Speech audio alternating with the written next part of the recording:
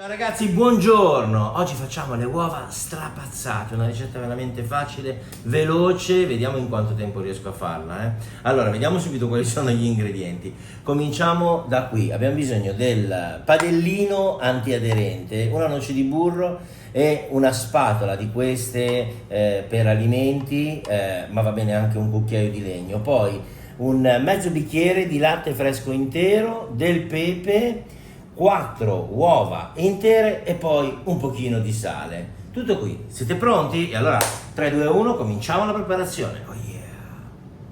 Allora, mettiamo le uova all'interno di una bowl, poi con una forchetta buchiamo i tuorli e non è che le stiamo lì a sbattere, dobbiamo soltanto fare una roba di questo tipo, vedete? Aggiungere il pepe, di sale e poi il latte, così ci risulteranno più morbide e voilà. Dipende un po' dalla grandezza delle uova, 4 bene o male mezzo bicchiere, in questo caso ce n'erano 2 che erano un pochino più piccoline, ne ho messo un pochino di meno. Ok, voilà, questo è il risultato che dobbiamo ottenere. Mettere il burro nel pentolino, io ce l'avevo già nel pentolino, facciamo sciogliere per bene.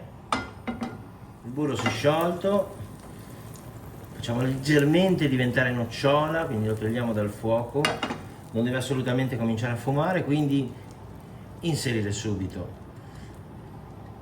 le uova. Ora guardate, per quello che deve essere antiaderente la padella, facciamo così,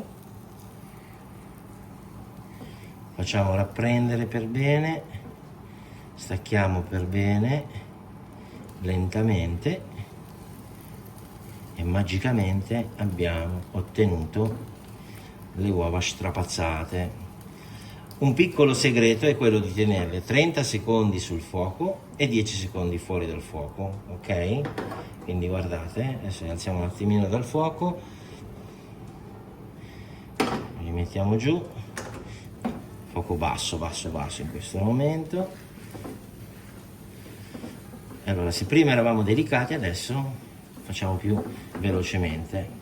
Ottenuto questo risultato, basta spegnere il fuoco, il calore residuo è sufficiente per terminare la cottura delle uova strapazzate.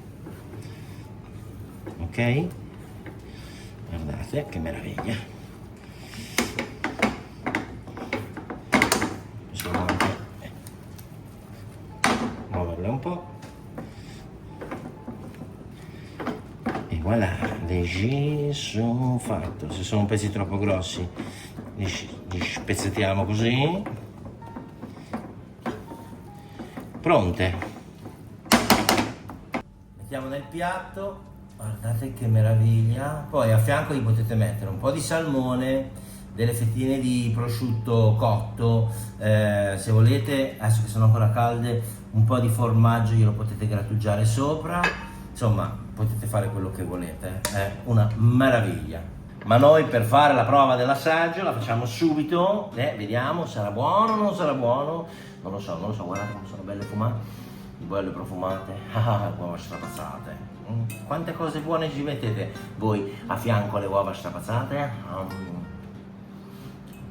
Ragazzi, fate così, che delizia, che pulizia. Che delizia, mamma mia. A proposito, sono buone anche da sole, magari solo con un pochino di pane. Al posto del burro, se volete, nel soffritto potete mettere olio extravergine di oliva e avete fatto anche una versione per quelli che non mangiano il burrosio. Lo quiero molto, alla prossima video ricetta, breve questa però.